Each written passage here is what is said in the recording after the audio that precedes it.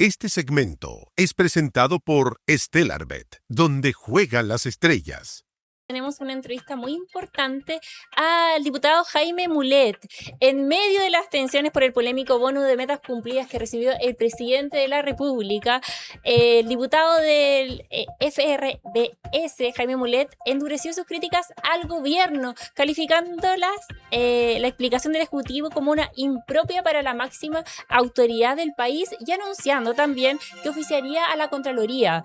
En paralelo, su partido está pasando por momentos críticos tras la definición del Tricel y la sobrevivencia de este tras los resultados de las elecciones parlamentarias. El diputado por Atacama defendió la legalidad de su colectividad ante el Tricel, asegurando que cumple con los requisitos vigentes tras los últimos resultados entonces de la elección parlamentaria. ¿Cómo está, diputado?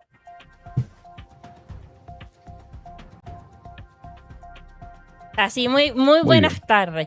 Oiga, ¿usted sigue manteniendo sus críticas al presidente Boric por el tema del bono? Lógico, o sea, a mí me pareció, y lo dije, me dolió mucho saber que el presidente Boric también recibía el bono del PMG, del Programa de Mejoramiento y Gestión. Nunca entendí que el bono lo recibiera el presidente de la República. Además, apareció que además lo recibieron los presidentes anteriores. Porque ¿quién califica que cumple las metas toda la máxima autoridad de la República? Eso es una cosa. Y lo otro, ¿quién, Boris particularmente, el presidente, construye parte de su carrera política criticando los altos sueldos del Estado y este tipo de prebendas, digamos, o privilegios? De manera que me llamó la atención profundamente y hice, cuando este tema apareció, di mi opinión en un sentido crítico. Creo que es contradictorio con lo que él pregonó, con lo que él dijo, lo que él manifestó que iba a hacer si llegaba a la presidencia de la República. Y además, técnicamente creo que no corresponde que el máximo ejecutivo se autocalifique, digamos, en ninguna organización, tampoco en el Estado, para otorgarse un bono y tener mayores ingresos. Pero no es él el que se califica. Hay un comité triestamental y también forman parte de instituciones públicas. No es él que se está calificando. No está bien, pero son subordinados de él, pues son las personas que él designa, que normalmente al jefe lo califican bien en todo, si no el jefe los echa. ¿Y por qué alzar la voz ahora y no antes con otros presidentes? No me enteré de otros presidentes, pero tengo la misma observación. Pero soy más duro con Boris porque él prometió y él dijo, durante su campaña particularmente y durante, incluso antes, en su carrera política, fue muy crítico respecto a las remuneraciones elevadas en el Estado. Yo te diría que parte de su carrera política, él con el Frente Amplio lo hacen criticando duramente eso. Entonces después llegar al poder y olvidarse me molestó mucho. Yo he apoyado al presidente, lo apoyé en su candidatura. Como parlamentario prácticamente he apoyado todas sus iniciativas legales, pero creo que en esto, a mi juicio, traspasó un límite, a mi juicio, y creo que es importante que se sepa. Oiga, ¿y qué espera entonces de lo que va a hacer ahora, de su acción que espera en la Contraloría? Bueno, yo quiero que la Contraloría me informe de qué manera sucede esto. Ahora, entiendo que por una modificación constitucional que se hizo, a partir de marzo del próximo año el presidente va a tener otro ingreso, otra remuneración distinta. Y todos entendemos que no va a poder recibir este bono a partir de marzo, de acuerdo a una reforma constitucional que hubo para fijar los sueldos de las altas autoridades de la República. Y entiendo que se va a fijar o se fijó ya en cerca de 10 o 11 millones de pesos el sueldo del presidente de la República a partir de marzo del año actual, del año 2026.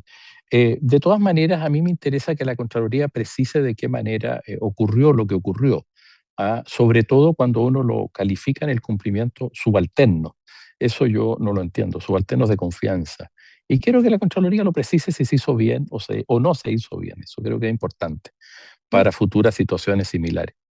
No son subalternos, ahí le vuelvo a precisar porque no son subalternos de confianza. Mire, dicen que en el proceso también participan instituciones públicas especializadas y externos contratados por licitación que verifican los indicadores.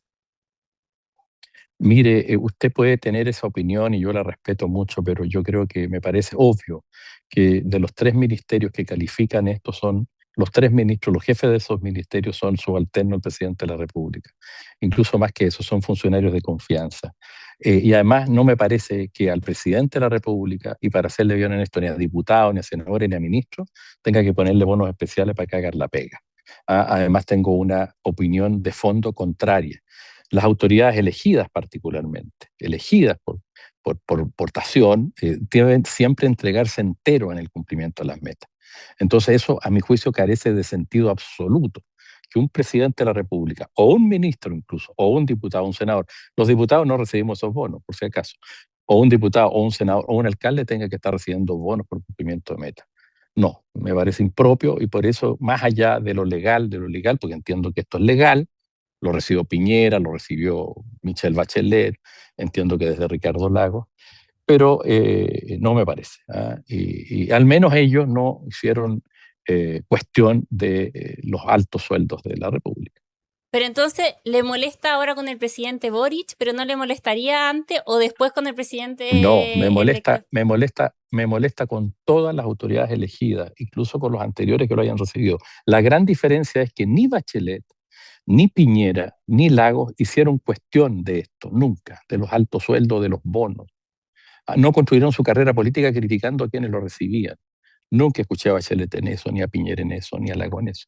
En cambio, el presidente Boris construyó su carrera política en parte criticando los sueldos de los diputados, de los senadores, del presidente, etc. Esa es la diferencia entre ambos. Por eso creo que lo de él es más contradictorio. Que es legal, que no me gusta y creo que debe eliminarse.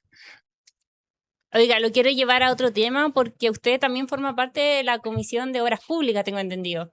Y quería, Así es, sí. ¿Qué piensa usted de la polémica por las sanciones de Estados Unidos a Chile?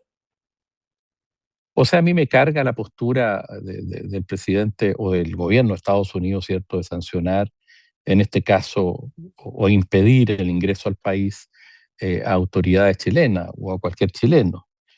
Obviamente no estoy de acuerdo que Estados Unidos se involucre en una decisión interna del país de establecer o permitir, aunque todavía no se hace, ¿cierto?, en este caso, un cable de conexión, ¿cierto?, de transmisión de datos desde el continente, desde Chile hacia China, digamos. No tiene por qué meterse. Pero creo que es algo que debe estudiarse con mucho cuidado, digamos. Aquí hay consecuencias, y estamos viviendo esas consecuencias. Entonces hay que actuar con mucho tino, con mucho criterio. A mí me parece que el Ministerio, bien digo, de Transporte y Telecomunicaciones, al menos a la Cámara de Diputados no nos informó nunca respecto a esta situación. Me gustaría haber estado informado porque tiene consecuencias no solo técnicas, que son muy importantes, sino que también geopolíticas, con lo que está ocurriendo hoy día. Por eso que he pedido que ojalá haya una sesión especial de la Comisión de Obras Públicas que ve también telecomunicaciones y transporte, para escuchar al ministro, escuchar a su secretario y nos den las razones, lo que pasó, en fin, en qué etapa está, porque está produciendo problemas la situación y eso es evidente. Hoy día el ministro dijo que le pareció una situación injustificada, arbitraria y que evidentemente atenta contra la soberanía de nuestro país. ¿Usted está de acuerdo con esas declaraciones o no se atrevería a Yo profundizar en creo ese que aspecto? sí. No, yo creo que es arbitrario, yo no acepto. Chile es un país soberano, sin lugar a dudas. Y obviamente jamás voy a aceptar que otro país imponga determinadas sanciones a un funcionario, en este caso un ministro de Estado, o un impedimento, en este caso, que es como una sanción. Y es una señal que está dando el gobierno de Estados Unidos, obviamente, una acción, si usted quiere, de matonaje respecto de una decisión que se tomó en el Estado de Chile y que se toma por el gobierno, que es legítima. Pero creo que siempre hay que medir las consecuencias de los actos. Uno tiene que actuar con los debidos cuidados, no generar o tratar de impedir que estas situaciones ocurran, porque al final producen efectos.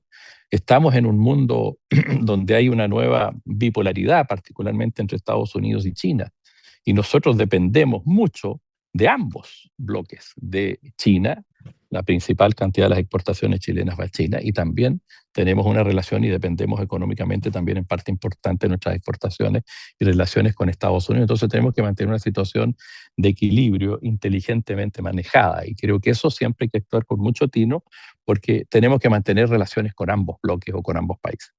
Y en ese sentido, ¿qué esperaría usted del presidente electo en esta materia? Yo creo que el presidente electo, me informé por la prensa, va a ir a un encuentro que va a hacer el presidente de Estados Unidos en Miami en los próximos días. Mire, me preocupa que nuestros presidentes, y en este caso el futuro presidente, se abanderice con uno de los sectores. Yo creo que eso no debiera ser así.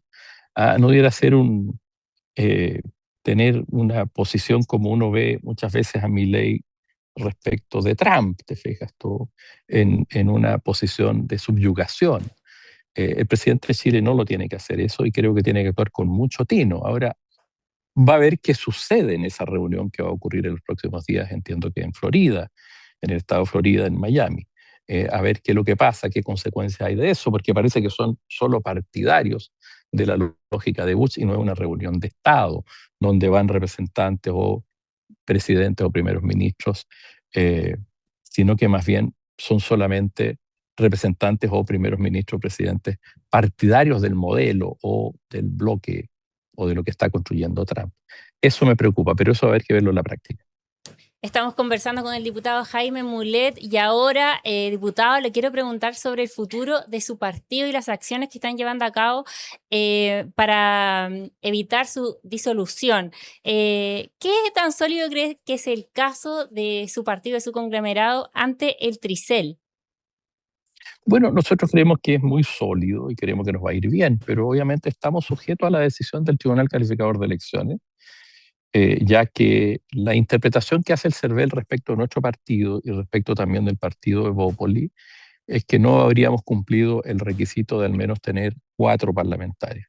Y nosotros decimos que sí los tenemos porque tenemos senadores elegidos el año 2022 que duran hasta el 2030. En el caso nuestro ahora elegimos 3 parlamentarios, pero los que elegimos antes nos dan 2 más, que dan 5. Y creemos que esa debiera ser la interpretación. Hasta ahora el CERVEL dice que no debiera ser así, y quien resuelve esta diferencia de opiniones es un tribunal, que es el Tribunal Calificador de Elecciones. Creemos que la postura del CERVEL es equivocada, fundamentalmente porque altera la representación política. O sea, podría haber un partido que tiene 6 senadores elegidos el 2022 hasta el 2030, elegir 3 senadores más ahora, haber elegido, o sea, tener 9 senadores y quedar fuera con el criterio del CERVEL. Y sí quedar dentro un partido que tiene 4 diputados elegidos ahora. Entonces creemos que va alterando ciertas lógicas y principios con. Ahora, ¿quién va a resolver eso? Es el Tricel y nosotros esperamos que el Tricel nos dé la razón. Y en eso, bueno, estamos sujetos a esa decisión. Oiga, ¿y usted cómo ve a su partido en el próximo periodo? ¿Se vislumbra en una futura oposición? ¿Cómo lo ubica?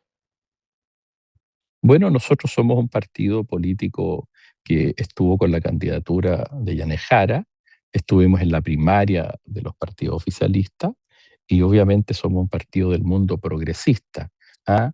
Y somos parte seguramente de las oposiciones que van a haber en el próximo gobierno. O sea, nosotros no somos un partido que quiere entrar al gobierno de Kast por ningún motivo.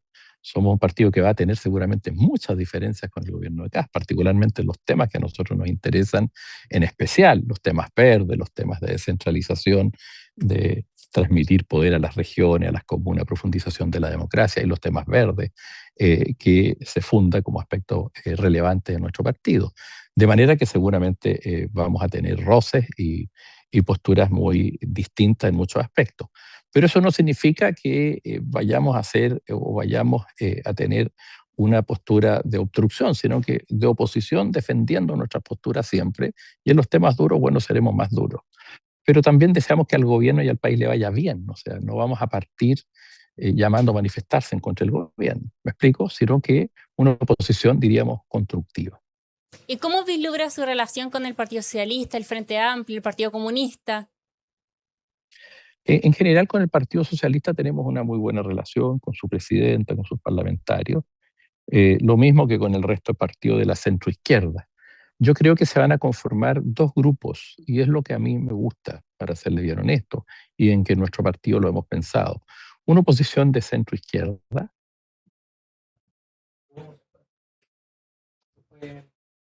Ahí tuvimos entonces un problema con la entrevista. Se nos fue el diputado Jaime Mulet, pero pudimos conversar con él en profundidad y con diversos temas que él abordó, sobre todo la polémica del bono del presidente de la República, donde él precisó ahí todos sus comentarios y por qué lo hizo ahora y no en los gobiernos anteriores.